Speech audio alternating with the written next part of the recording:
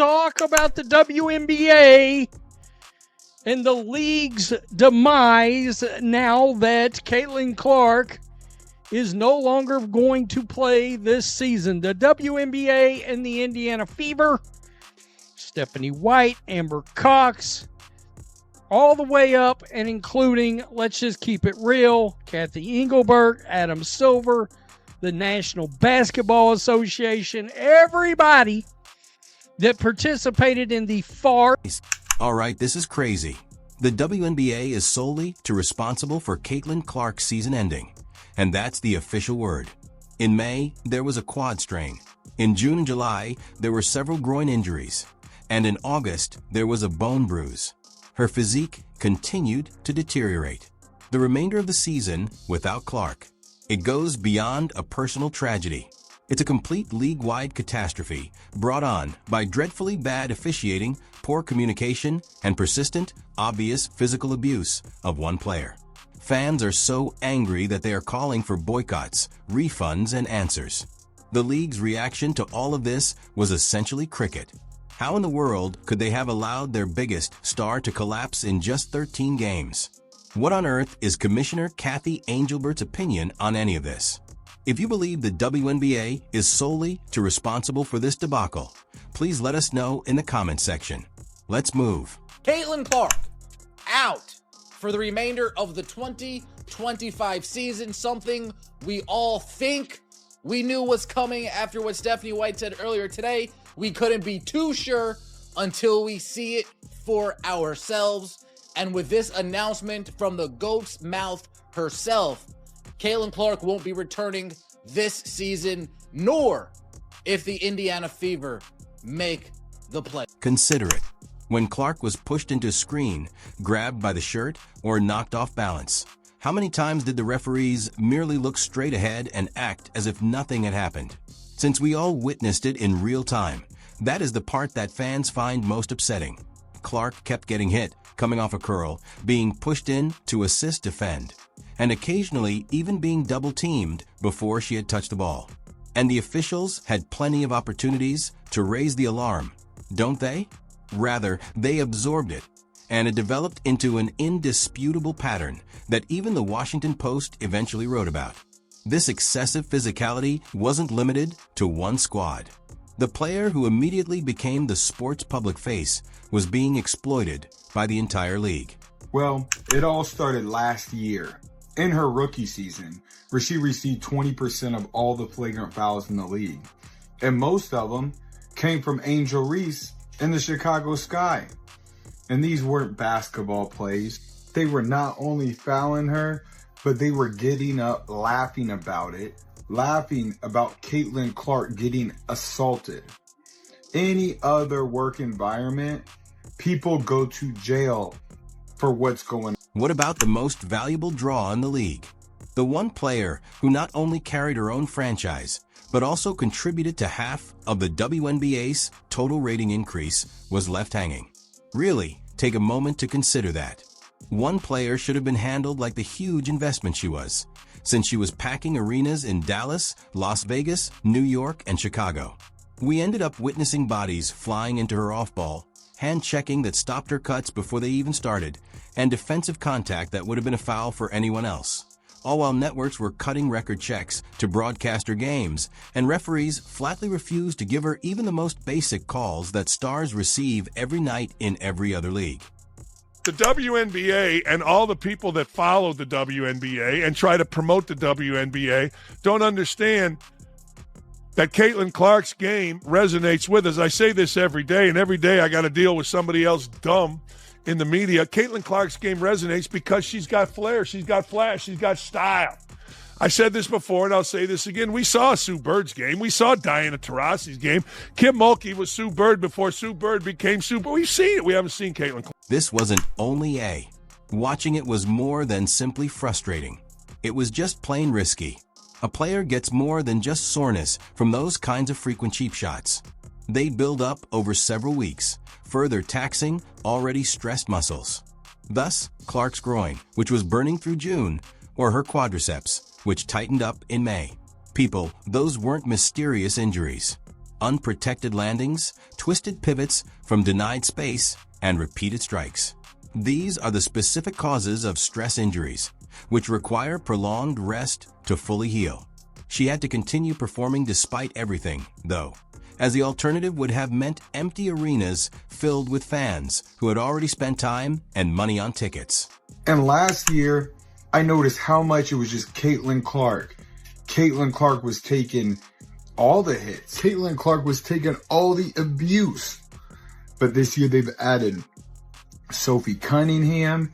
She gets more flagrant fouls on her than anybody in the league besides Caitlin Clark. And Aaliyah Boston, she's been taking hits as well.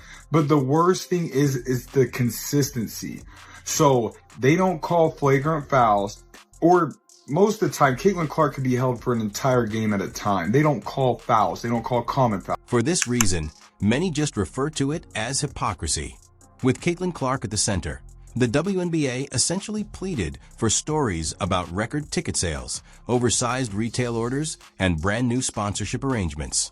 However, they wanted to pretend she was simply another newbie when it came to the most basic and important task, protecting a player who was in charge of all those paychecks.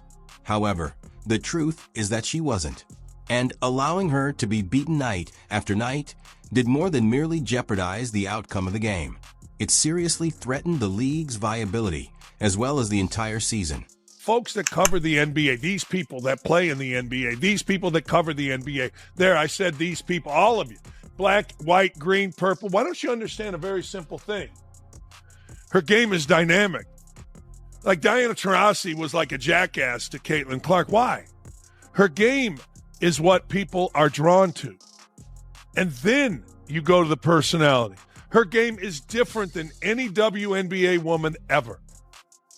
And she wins, and she shoots from deep. It's no different than Steph Curry. Sometimes you have to see it to believe it. Isn't that right? When your golden goose stops playing, what will happen? Alternatively, what occurs when your best player limps rather than runs the floor because the league won't call fouls? We now know, though, one box score was not the only result of the referee's blatant carelessness. It prepared the way for Caitlin Clark's breakdown at the end of the season. Furthermore, the criticism that began on the court was short-lived. Like wildfire, it spread. From the first preseason practice, was Caitlin Clark's sophomore season doomed? Now, it certainly feels like way. In May, returned to training camp. Her quad tightened up, which is something most athletes would immediately rest to avoid more harm, according to reports. She was introduced as the focal point of every practice, event, and marketing campaign that could be thought of. This issue worsened into a serious groin ailment less than 2 months later. By July, the right side of that groin had developed a full rip, and that was followed by the news that nobody wanted to hear. The year was over for Clark. There is more than one point in the tale of how we got there. She never really had a shot because of a string of choices. I mean, it's a gut punch that basically encompasses an entire season of them. The Fever have lost so many players to injury, but obviously none bigger than Clark. And there was such a wait for this second season after her magnificent rookie season. And then, you know, the anticipation of her possibly coming back, only for that not to happen, takes a lot of air out of the room, obviously takes a lot of energy out of the fans, and is a devastating blow for not just the Fever and the WNBA. She never really had a run of games where she was completely healthy, which is incredibly annoying.